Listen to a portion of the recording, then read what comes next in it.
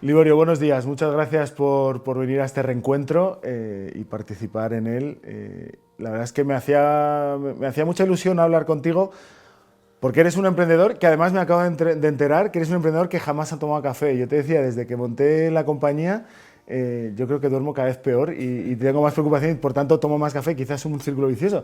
Tú has llegado a hacer cosas que ahora hablamos de ellas y sin tomar café. Tienes un mérito. Sí, sin café. Esa es una de las pocas cosas que la verdad es que no me han ayudado. Me han ayudado muchas otras cosas y personas, pero el café no ha formado parte de este viaje de los últimos años. Bueno, supongo que el mérito no está ahí, pero por si acaso me lo voy a quitar. Bueno, a ver si con eso llevo algo parecido. Oye, pues decía, ¿no? Entrando en tu perfil de LinkedIn, pone emprendedor. Yo creo que lo único que pone es emprendedor, lo cual está muy bien. Es curioso porque hoy en día todo el mundo tiene unos títulos tremendos en LinkedIn. El resumen de lo que te dedicas es difícil, entonces emprendedor. Y es verdad que eres un emprendedor de éxito, ¿no? O sea, bueno, acabas de vender una compañía que montaste de cero. Bueno, no sé exactamente a qué precio ni lo quiero saber, pero bueno, grande, ¿no? Hablamos de Atenoil, que hace un par de semanas se publicó la noticia que obviamente llevaba gestándose durante un tiempo, ¿no? Y que es una compañía que tú montaste de cero. Sí, no, yo soy emprendedor y soy emprendedor tardío, como diría yo, porque durante muchos años he estado en el mundo corporativo, en el mundo multinacional. Primero en el mundo más consultoría, luego en el mundo más capital riesgo, gestión de activos. Y en ese sentido yo creo que me embarqué en el emprendimiento tarde, a pesar de que cuando empiezas con ello te das cuenta un poco que la manera de ser de cada uno también nos lleva por un camino en esta vida. Y yo pues seguramente he sido emprendedor toda mi vida, aunque bueno, pues oye, las circunstancias no me hayan invitado muchas veces a poder lanzar los proyectos. Y sí, en el caso de Ateneo es un proyecto que efectivamente lancé hace 8 años y medio, que lanzamos del sofá de casa y que gracias a Dios pues hoy ha salido muy bien y que efectivamente acabamos de cerrar una operación que se hizo pública el otro día en prensa, pero bueno, que está en el proceso de los trámites finales para ejecutarse y que si Dios quiere pues en las próximas semanas estará ya cerrada y que ha supuesto pues poner el cierre a una época muy bonita y yo creo que me ha reforzado en esa visión de emprender y la necesidad de emprender en este país. Y yo creo que esa es una de los mensajes que a mí me gustaría sobre todo inculcar a los jóvenes. De hecho, hemos lanzado en el último año y medio, hemos lanzado entre varios amigos una asociación para jóvenes emprendedores que estamos dando en colegios, charlas. Yo doy charlas en colegios de emprendimiento. Y me parece que es una actividad fundamental. Parece que es fundamental que los chicos entiendan que es un camino que efectivamente no es para todos, pero como no es para todos o para ninguno, pero que es un camino que para mucha gente yo creo que es el camino de su vida y que les va a hacer pues inmensamente felices, a pesar de que duermas poco, a pesar de que tengas. También dormía poco en consultoría, de hecho me has dicho que venías de consultoría y ahí tampoco, quizás que duermo poco. Puede ser. De todas formas, comentabas que tardío, efectivamente, o sea, no empezaste de joven a emprender.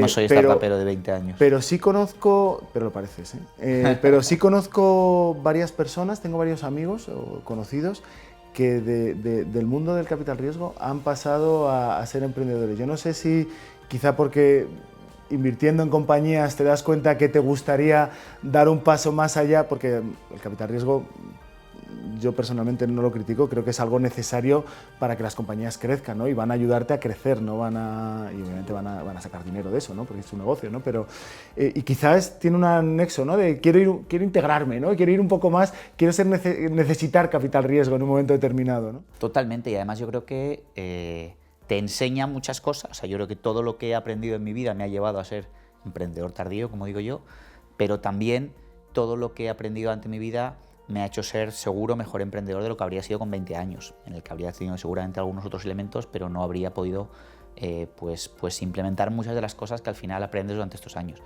Y el mundo del capital riesgo, yo he tenido mis socios en Atenoil, son un fondo de capital riesgo, sin ellos no habría sido posible montar y vivir la aventura y la experiencia de Atenoil, Y no solo son necesarios, sino que yo creo que además también tienen que generar, desde el punto de vista de comunicación, una visión en el mercado diferente a la que seguramente en los últimos años se les ha generado. Es decir, no son buitres, no son los malos de la película. Ni mucho menos. Son inversores que invierten mucho dinero y mucho esfuerzo en intentar hacer que las compañías crezcan, evidentemente con un objetivo de rentabilizar, tan lícito como el de cualquier otro inversor cuando invertimos nuestros ahorros en cualquier producto bancario. Y a partir de ahí, pues yo creo que forman parte esencial de esta estructura. Y de hecho creo que son, aquí en España, una de las desventajas que hemos tenido es que esa cultura del capital riesgo y demás ha llegado seguramente más tarde que en otras geografías, y eso también ha hecho que el dinamismo que ahora, por ejemplo, vemos seguramente en el mercado, pues haya llegado pues décadas más tarde que en otras geografías. De hecho, yo creo que muchas veces también una de las cosas buenas que aporta el capital riesgo a las compañías es profesionalizarlas. Al final dices, compañías con mucho potencial que están gestionadas pues con el olfato y con la intuición, y el olfato y la intuición siempre tiene que estar en una compañía. Yo creo que es algo que nunca puede perderse, pero también hay que llevarlo luego a una forma de trabajar y una forma de hacer que te permita crecer, porque no puedes crecer en infinito solo con olfato y con esto. Eso es lo que he aprendido en mis años anteriores, por eso te digo, en toda esa experiencia anterior, los 20 años antes de montar Athenoil, es lo que aprendí. Es decir, aprendí en consultoría y es otro mundo que valoro, aprendí en capital riesgo, es otro mundo que valoro, y para mí ha formado, ya digo, parte esencial de la génesis de Athenoil, que era montar una estructura en la que el equipo para mí era la base de todo el proyecto, y luego si quieres hablamos de las personas, que para mí no dejan de ser la pieza esencial de cualquier engranaje. Y en ese sentido, el poder tener un equipo a tu lado que sea capaz de cubrir todas tus carencias, tus necesidades, de llevarte al siguiente nivel, de mejorarte en todas las áreas que complementan y de generar esa, llámalo profesionalización, llámalo como quieras, pero esa capacidad de realmente poder transformar un negocio y hacer que crezca de una manera ordenada y idealmente llevarla a tus objetivos finales. Eso es complicado de ver si no vas progresivamente otorgando al equipo una capacidad que cada vez más en el mundo en el que vivimos es absolutamente imprescindible. Es decir, hoy, en el mundo tan competitivo en el que estamos, solo de olfato, sin equipo, solo de experiencia, sin profesionalización, es muy difícil que puedas competir con otros. Bueno, con grandes o con los pequeños. Por eso otros, porque hay grandes y hay pequeños. La verdad es que me has dado un montón de temas de los que hablar ahora, ¿no? Has hablado de transformación de negocio, has hablado de personas, has hablado de competencias, has hablado de mercado. Vamos a llevar un poco al contexto, vamos a contextualizar un poquito a Athenoil. Claro, es una empresa que conozco, es un sector que tengo cierta relación personal con el sector y me gusta, pero no todo el mundo lo conoce, ¿no? Pero vamos a poner cifras a Athenoil. Pues, hablamos de una compañía que se montó en 8 años y medio, desde hace 8 años y medio más o menos. Claro, estamos hablando de una pandemia, estamos hablando de una guerra de Ucrania, una guerra ahora mismo en Palestina, entre Palestina e Israel, estamos hablando de todos los problemas de la crisis energética y demás, es decir, o sea, es una compañía que ha estado duramente golpeada por casi todo lo que ha ocurrido en el mundo en los últimos años, ¿no? ¿Cuántas gasolineras tiene Athenoil en este momento que habéis cerrado? ¿De 0 a...? 26 en 8 años y medio, en un sector en el que además de todo eso, como tú decías, pues tenemos que convivir con nuevamente una imagen exterior en la que pues no somos generalmente el patito guapo de la película, sino más bien el patito feo. Claramente del euro 60 que vale la gasolina, euro 49 son tuyos, Liborio. Desafortunadamente no es así, ya me habría gustado. No estaría habría mal. estado mucho más satisfecho de la operación corporativa ahora si eso hubiera sido el margen que tenemos en cada litro. Y además, en un entorno en el que cada litro que vendemos, pues generamos la sensación de que por voluntad propia o por alguna intención mal pensada detrás, queremos seguir destruyendo el planeta, porque efectivamente estamos dentro de un mundo en el que no se nos ve como evidentemente verde, ni sostenibles, ni nada parecido. Y en ese sentido yo creo que, ya digo, hemos tenido que convivir con una imagen de un sector que efectivamente es el que es, pero que por desgracia o por suerte es un sector absolutamente imprescindible hoy para que funcione el mundo, y en el que se están llevando a cabo a pasos agigantados transformaciones en todos los actores de la cadena. Nosotros, en ese sentido, yo creo que hemos llevado a cabo infinidad de actuaciones dentro del mundo ESG, en los 3 ámbitos, en el mundo medioambiental, en el mundo más social, en el mundo más de governance, de gestión, pero que de momento no tiene soluciones mejores y más limpias que hoy puedan ser sustitutivas de lo que hay, ¿vale? Entonces estamos en ese proceso de transformación y la gente tenemos que entender que, para bien o para mal, los sectores no cambian de un día para otro, no hay una varita mágica en la que doy con la varita a las piedras y pasan a ser maravillas, sino que realmente hay que... Entonces, en ese proceso, nosotros empezamos hace 8 años, como digo, con un Excel y un PowerPoint en el sofá de casa. Nos vamos entendiendo... La próxima vez cuenta que fue en un garaje. Siempre queda como más molón. Sofá el sofá puesto en el garaje de casa. Yo he dicho, el garaje seguramente al startupero de 20 le queda mejor. A mí ya me quedaba mal. Yo empecé esto ya con muchos hijos. El sofá y una copa de Rioja siempre queda el riesgo era un poco mayor. Que es otro de las lecciones que le trato de enseñar a los chicos, que es que emprender con 18 o 20 años tiene infinita menos riesgos que emprender con 40, como es mi caso. O ¿vale? el mío, literal. Entonces, yo creo que en ese sentido empezamos hace 8 años y medio con una idea muy clara, que era entrar en un mercado muy maduro, muy estable, como se ha demostrado, porque efectivamente pandemia mediante, crisis energéticas mediante, guerras internacionales mediante, todo tipo de fenómenos atmosféricos. Hemos vivido aquí en Madrid un fenómeno con Filomena que todos los madrileños no habíamos vivido, o la mayoría de madrileños no habíamos vivido nunca, yo creo, y que nos dejó colapsados pues, en casa 2 días o 3 días, y en los que teníamos que seguir tratando de atender a nuestros clientes.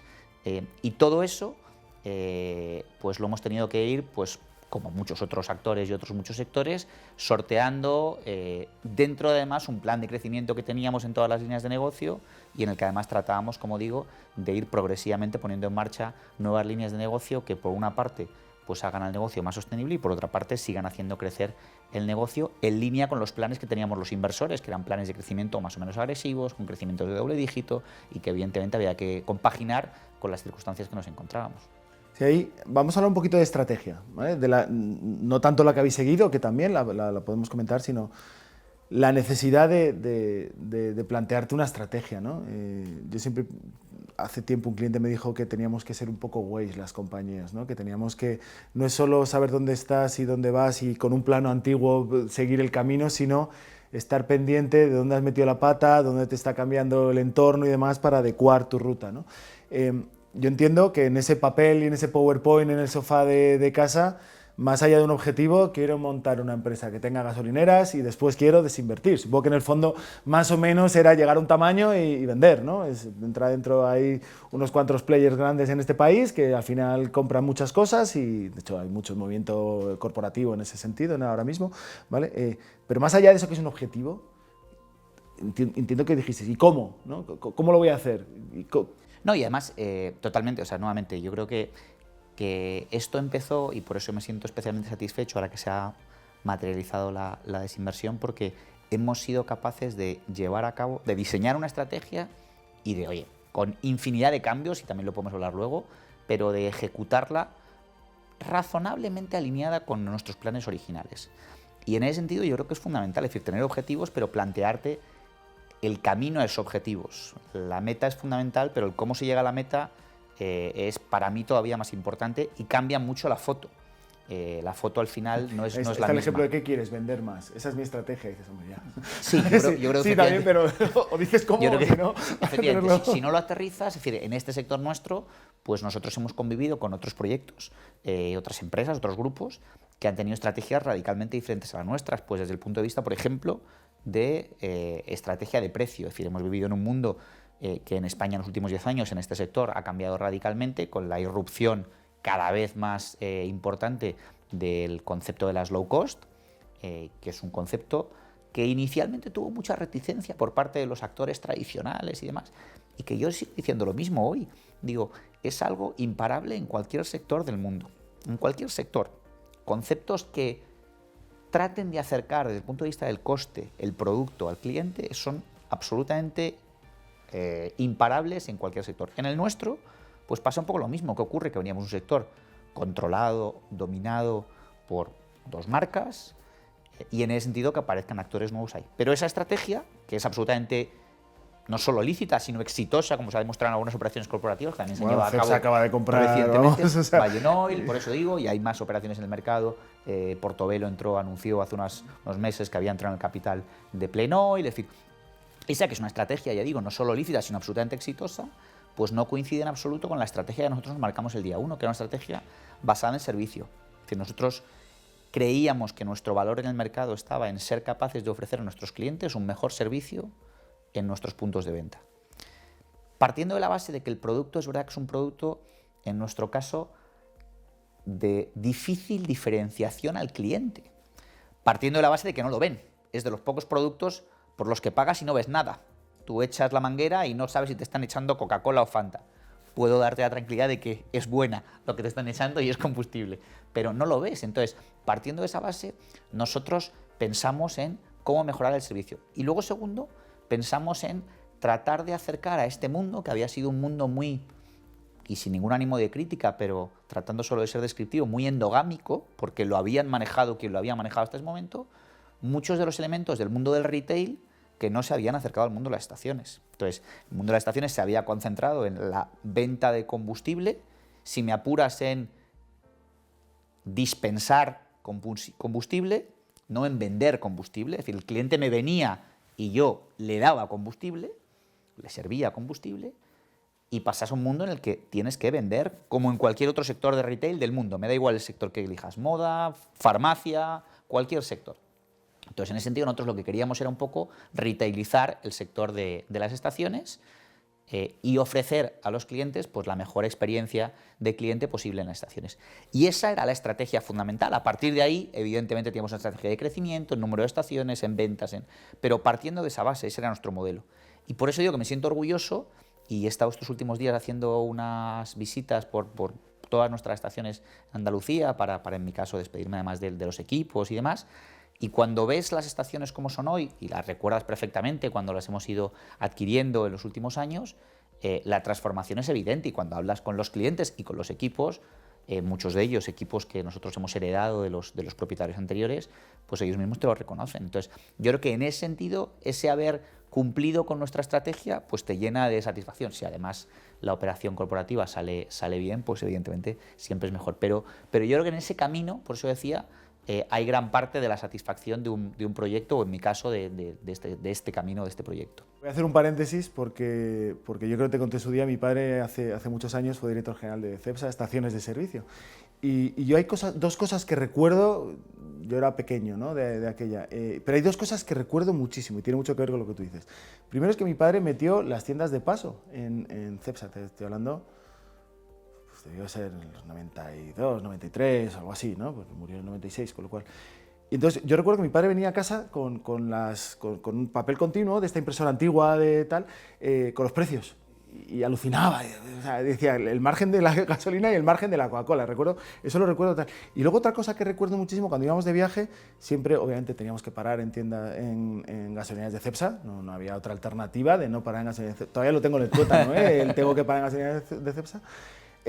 Pero es que siempre era, niño, vete al baño y me cuentas qué tal está. O sea, había que investigar cómo estaba el baño y alguna vez que el baño no estaba como debía, mi padre llegaba y les echaba la bronca pues a la persona que estuviera, que no tenía por qué ser el propietario ni el responsable del baño. Entonces ese tema del servicio, claro, te estaba hablando, en los 90 el servicio primaba, en los 2020 prima el precio. Es verdad que es una commodity que hoy en día es difícil, tú dices, difícil diferenciarte.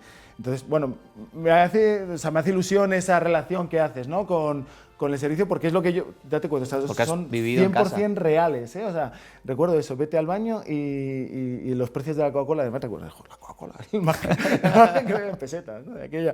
Pero, entonces, bien, os marcasteis una estrategia, sí que hay una parte de la reflexión estratégica de una compañía, obviamente llevándolo al mundo de Atenoil, pero como cualquier compañía, ¿no? Y hablando de Waze, que comentábamos antes, ¿no?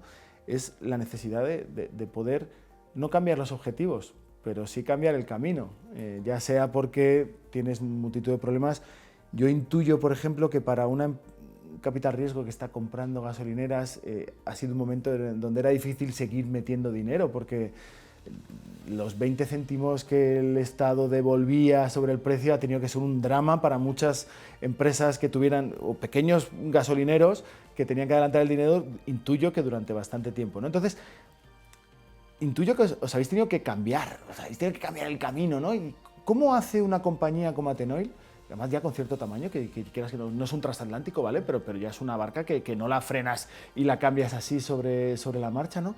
¿Cómo hace una compañía para hacer esos cambios, detectarlos y ejecutarlos? No siempre es fácil. No, y ahí es donde, vuelvo a repetir, para mí es clave el equipo. Al final los cambios los identificamos la gente y yo creo que es clave estar atento y alerta a lo que ocurre fuera. A lo que ocurre dentro, por supuesto, pero a lo que ocurre fuera. Porque antes o después te va a impactar. Y lo que hay que medir es cuál es el grado de impacto y cómo vas a reaccionar a esos cambios. Y en ese sentido, nosotros efectivamente, tú has enumerado algunos, hemos tenido cantidad de situaciones que nos han hecho cambiar el paso. Pues situaciones que nos han hecho cambiar el paso desde un negocio efectivamente en el que pues los cobros durante ciertos meses nosotros no teníamos el margen de esos 20 céntimos en los litros que vendíamos. Entonces estabas técnicamente vendiendo a pérdidas confiando en que tiempo después te lo viniera a cubrir el Estado. Sin ninguna certidumbre, porque en esos momentos el escenario era nuevamente absolutamente incierto. Entonces, todo eso te lleva. En ese sentido, yo me siento extraordinariamente orgulloso y sin lugar a dudas, una vez cerrado este capítulo, es mi principal éxito, si tengo que atribuirme alguno en el proyecto, de haber conformado un equipo que creo que claramente en el sector, y como no lo digo yo, me lo han dicho terceros mucho más grandes y mucho más importantes que yo, pues me siento orgulloso por ellos, porque son la clave del proyecto, de haber conformado un equipo que ha sido capaz, en muchos de los casos, de, iba a decir anticiparse, seguramente no anticiparse al problema, pero sí agilizar la respuesta mucho antes que ningún otro player. Es decir, nosotros hemos hecho cambios informáticos en tiempo récord en nuestras estaciones para atender precisamente situaciones como estas, que en algunos otros actores del sector más grandes les han llevado semanas y algunos hasta meses, y nosotros hemos sido capaces de hacerlo en días, en horas, nuevamente con implicación de la gente, identificando cuál es el cambio y con implicación de la gente, y con mucho apoyo en nuestro caso y con mucha libertad, tengo que decirlo, de nuestros socios, que la verdad es que en ese sentido nos han dado pues todas las facilidades para que aquellos elementos que entendíamos que era necesario ajustar o adecuar lo hiciéramos, y lo hiciéramos en la mayor brevedad. En nuestro caso, además, también dentro de esa estrategia que tenía varias aristas, uno de los elementos era un elemento, y entiéndase bien, pero de prueba-error. Es decir, en ese proceso de retailización queríamos probar conceptos que habíamos visto o veíamos en otras geografías y que pensábamos que podían funcionar, pero que no teníamos certidumbre de cómo podían funcionar en España. Y hemos probado muchas cosas, gracias a Dios muchas han funcionado, pero otras no. Y en eso nuevamente también uno tiene que ser ágil en identificar qué es lo que no funciona, cortar, pasar a lo siguiente, y no tener poco la persistencia de decir, no, esto por mis narices va a salir, porque generalmente esas actuaciones yo creo que tienen un tiempo, y en la medida en que las identifiques rápido, te ayuda tanto en no perder o dedicar más esfuerzos a algo que seguramente no te vaya a llevar mucho más de donde está, y sobre todo a pensar en la siguiente, porque yo soy de los que pienso que es un sector que en esta transformación en la que se encuentra tiene infinidad de oportunidades por delante, infinidad, y en ese sentido yo creo que perder tiempo en no abordar oportunidades nuevas por estar embarcado en alguna oportunidad en la que te has embarcado y que ves que no avanza, creo que es el mayor coste para la compañía, el mayor coste de oportunidad para una compañía. Es curioso porque muchas veces los tópicos, que odio los tópicos, y en transformación digital hay muchísimos y demasiados, ¿no? Pero los tópicos tienen una base cierta siempre, ¿no? Entonces siempre, por ejemplo, el libro de Lean Startup, que es como que si eres emprendedor tienes que hablar del libro de Lean Startup, te dice cosas que son verdades como puños, o sea, y es precisamente esto que estás diciendo, ¿no? Y luego hay el otro de no te enamores de tu idea, ¿no? Pues tampoco te tienes que enamorar de tu idea, te tienes que enamorar de tus resultados, yo creo. Otra cosa es que los resultados sean a corto, medio o largo plazo, pero más que de tu idea, porque si no... Pero vamos a hablar un poco de las personas, ¿vale? Porque sí que es verdad que yo creo que también es muy tópico decir el principal activo de la compañía son las personas. Es algo que todo consejero, consejero delegado que se precie tiene que decirlo, porque si no, además, su persona de recursos humanos o del área de personas o Chief Happiness Officer y demás se va a enfadar, ¿vale? Pero no todo el mundo lo practica, ¿vale? No todo el mundo lo cree realmente que sea eso.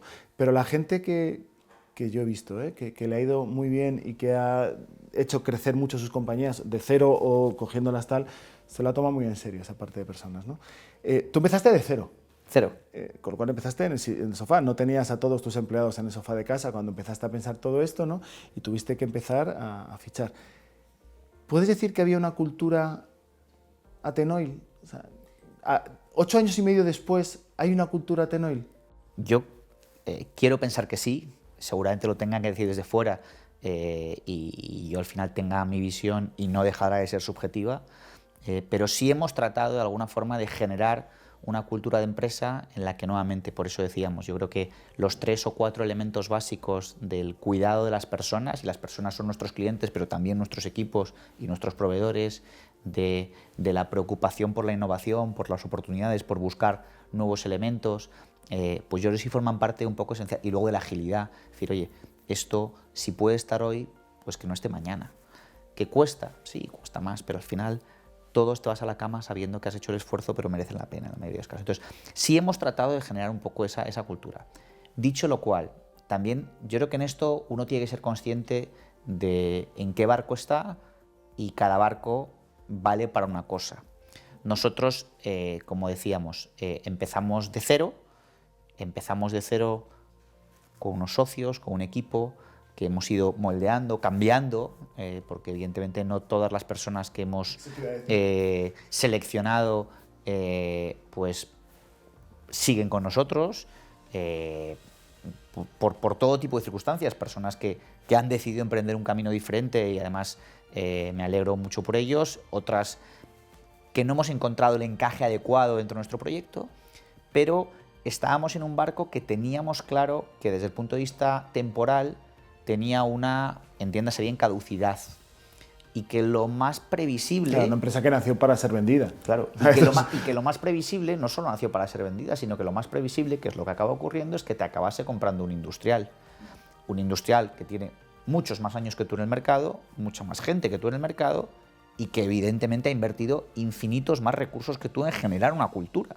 Entonces, pensar que tú con tu tamaño vas a llegar a un industrial gigante a cambiarle su cultura, pues seguramente es muy presuntuoso. Entonces, es cierto que hemos hecho todos los esfuerzos posibles para que por lo menos este camino, yo creo que los elementos esenciales todos los tuviéramos, ya digo, muy impregnados en nuestro ADN, en nuestra visión del negocio. Y ya digo, en esta ruta que he estado haciendo estos días con los equipos en las estaciones, en localizaciones absolutamente diferentes de España, pues yo creo que te das cuenta que yo creo que buena parte de eso, en mi opinión, se ha conseguido, pero también somos conscientes que en el próximo paso, que además yo creo que va a ser un camino de nuevas oportunidades y seguro que de éxitos, pues habrá ajustes, habrá matices, habrá cambios, porque al final no dejas de integrarte, lo que decía, en un gigante que tiene pues un camino en ese mundo de la cultura corporativa pues infinitamente más grande que tú, y unas capacidades y unos equipos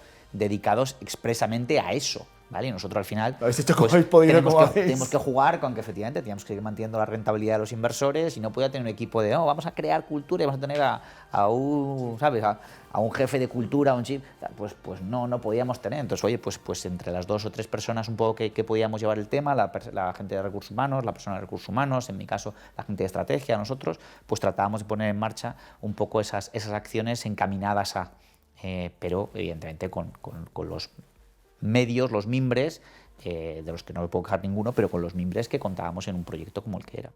A ver, es verdad, yo creo, y es una opinión personal claramente, bueno, como todo lo que digo siempre, ¿no? Pero el CEO marca mucho la cultura de una compañía. es mucho más fácil ser el CEO de una compañía de uno y marcar la cultura, porque claramente impregnas en toda la organización, a mí me pasa, y pues poco a poco voy diluyendo, ¿no? Pero, o sea, es más fácil cuando empiezas de cero, porque al final tú puedes seleccionar, ¿no? Es más difícil si llegas, estoy pensando en el actual CEO de Cepsa. Me ha venido a la cabeza porque lleva relativamente poco, ¿no? Realmente. Conocía a dos anteriores y gente muy maja y que impregnaron mucho la cultura de la compañía, pero acaba de llegar nuevo, una compañía enorme, entonces es más difícil, ¿no? Es verdad, yo creo que te tienes que seleccionar de un equipo directo que sea adecuado a lo que tú esperas, a lo que tú, o sea, que sean como tú. Entonces, si tú te rodeas de gente que sea como tú y ellos se rodean de gente como ellos, poco a poco vas impregnando. Y luego hay otro elemento que has dicho que yo creo que es importante y es, primero, no todo al que contratas vale para lo que tú habías pensado.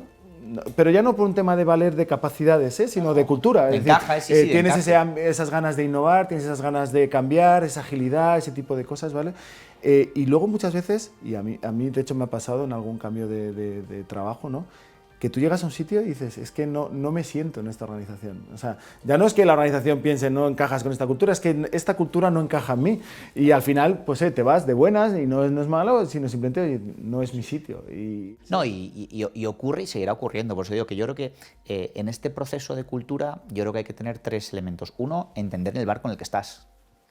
No es lo mismo cuando Marter llega a Cepsa en el año o hace 2 años o lo que sea, además, viniendo donde hay, con los accionistas que hay y con los planes que le habrán marcado sus accionistas, que no serán, que son los que son, que cuando montas una empresa desde cero sabiendo que en 5, 6, 7, 8 años va a ser desinvertida, que cuando montas una empresa familiar que quiere que dure, que perdure en el tiempo y que lleve tu nombre. Entonces, primero tienes que entender, oye, el barco en el que estás.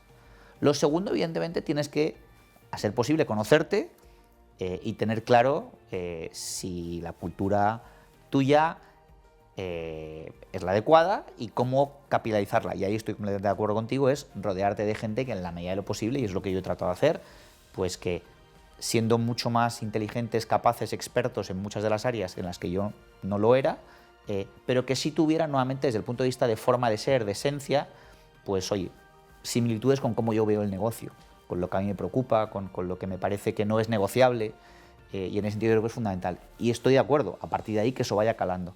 Y luego lo tercero es entender que efectivamente, a pesar de todo, en ese camino, pues efectivamente va a haber gente que no va a encajar. Por eso decía antes, es decir, nosotros, oye, y yo pues creo poder decir que no hay nadie que haya estado en Atenoil, esté o no esté con nosotros hoy, con quien tenga una mala relación, con nadie, y han salido mucha gente, y ya digo, sigo hablando creo con casi todos, y creo que eso no quita que si hoy me preguntasen si pueden encajar en Atenoil, pues a toro pasado te diría pues sí o pues no, y en muchos casos, completamente de acuerdo contigo, no por las personas, sino por la empresa.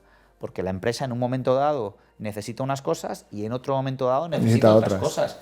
No es lo mismo un plan a 30 años de una empresa familiar que una empresa de capital riesgo en la que ya es ahora, el objetivo es la clave y en la que hay que trasladar ese dinamismo todos los días al mercado. Pues hay gente que no está en ese momento vital y eso no quiere decir que no sigan teniendo más experiencia, sabiendo más, y pudiendo aportar mucho más seguramente que algunas de las personas que tenemos, pero desde el punto de vista de encaje en la organización, en ese momento, pues no son los perfiles que encajan. Entonces eso ocurre y seguirá ocurriendo. De hecho, llevado al mundo Cepsa, que es el que conozco bien, no es lo mismo Escámez que Dominique, que Pedro Miró, que el actual CEO. Cada uno ha vivido situaciones nada que ver, o sea, absolutamente nada que ver, siendo la misma compañía con unos cambios brutales. Que, por cierto, aprovechó gran parte de su cambio de modelo con el cambio de sede. Ese fue un punto de inflexión. Totalmente. Que aprovechó cómo aprovechar la transformación de la compañía con un acto físico de cambiarte de sede, ¿no? Pero bueno, tampoco. Sí. No, pero hay muchas veces que te hace falta ese impulso para ser capaz muchas veces también de cambiar el chip. Muchas veces las grandes crisis, un cambio de oficina es una crisis, no negativa, pero te sirven para provocar ese cambio. De todas formas, hablando de Atenoil me constan dos cosas, ¿vale? Una es que vuestro margen, hablando de precios, de la parte de pricing, ¿no? Intuyo que sigue siéndolo, uno de los mejores un buen margen, no sé si de los mejores, no sé graduarlo, pero buen margen, ¿vale? También me consta que no estaba basado 100% en tecnología ese conseguir ese margen, ¿eh? Me consta porque hemos hablado mucho de ese margen, ¿no? Y cómo se calcula el precio, ¿no? Pero ¿cuánto tiene de tecnología Tenoil realmente? No más allá de que eso que es una anécdota que es real, o sea, que sí, eso es cierto, pero ¿cuánto, qué ha aportado la tecnología a Tenoil? Dentro del éxito de Atenoil, ¿qué ha sido gracias a la tecnología? Aunque sea pequeñito, ¿no? Pero... No. A ver, es difícil medir cuánto, pero que forma parte esencial del éxito, sin lugar a dudas. O sea, yo he dicho antes, y no niego, que yo creo que la base han sido las personas, pero muchas de ellas muy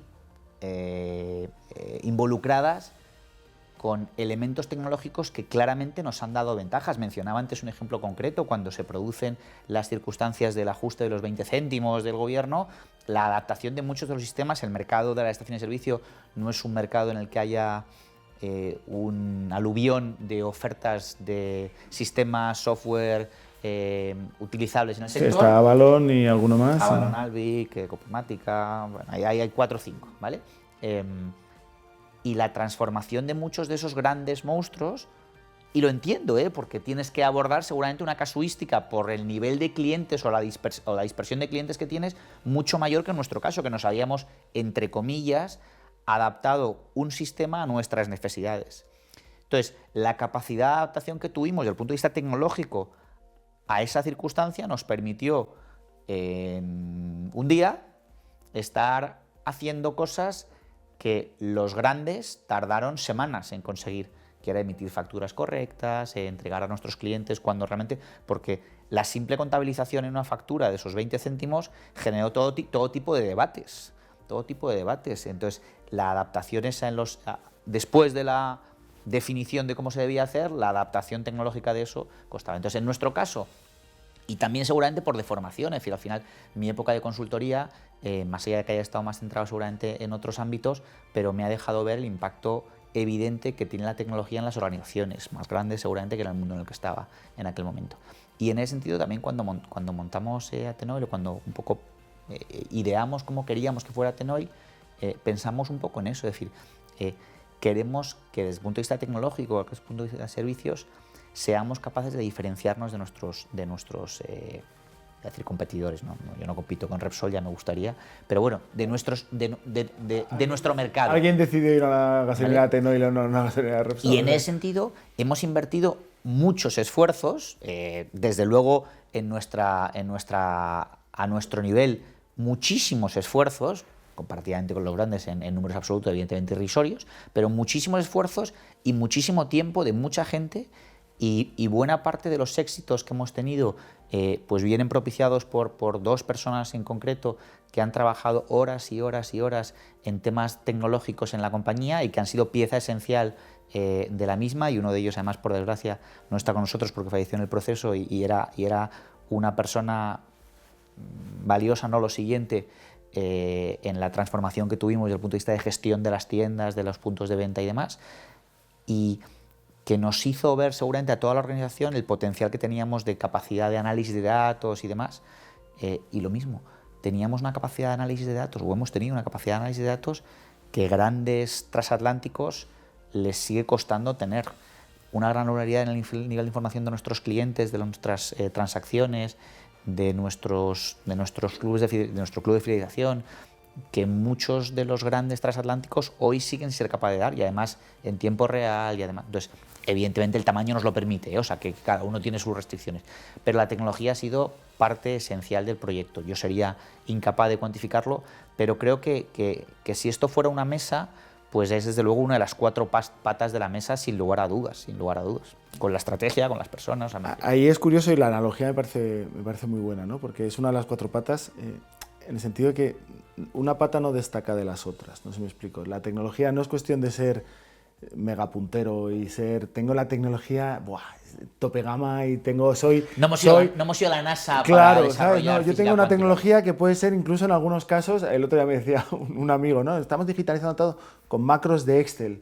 Y dice, pues es que es mucho más rápido, o sea, nos viene bien. En el proceso en el que estamos necesitamos velocidad, nos viene bien. Y digo, joder, se lo dices a un informático eso y rompe a llorar, ¿no? Pero dices, no es la mejor tecnología, pero es la más adecuada a la situación, al modelo y a la capacidad de la compañía. Por eso no destaca la pata, ¿no? Y además, yo lo dejo ya como última reflexión, no te quiero quitar tampoco mucho más tiempo, ¿no? Pero me consta también, no sé cómo quedó ese tema, pero que incluso llegó un momento de vuestra estrategia que estabais pensando en no tanto comprar gasolineras como empezar a gestionar gasolineras que no eran vuestras, lo cual es un cambio brutal, porque normalmente lo que hacéis es, yo tengo una gasolinera, le pongo la marca de una de las grandes y entonces opero una gasolinera de bandera y opero ese es un negocio. Bueno, Atenoil tenía gasolineras así, ¿no?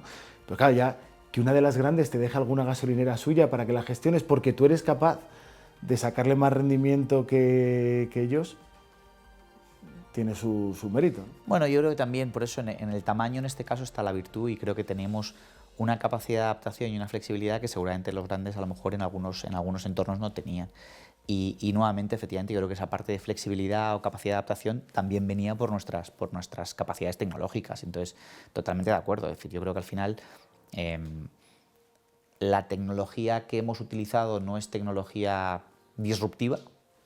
No hemos desarrollado física cuántica ni modelos predictivos extraordinariamente complejos, habiendo hecho intentos por tratar de generar una base analítica suficiente para pues, la fijación de precios, la optimización del proceso de compra, para muchos elementos, pero sí ha sido, yo creo que en cada momento, y atendiendo también un poco a las necesidades del negocio y a las circunstancias del proyecto en la que nos encontrábamos, yo creo que han sido habitualmente soluciones que han sido capaces de dar agilidad al proceso de venta, a que el cliente en el punto de venta, que para nosotros era clave, no tuviese que estar esperando 2 minutos para que le diéramos una factura, que para nosotros era un elemento fundamental, y 2, para que desde el punto de vista de control, de análisis, de central, de poder plantear nuevas estrategias, nuevas acciones, tuviéramos cuanta más granularidad posible en el análisis de la información. Y esos eran un poco los dos bases.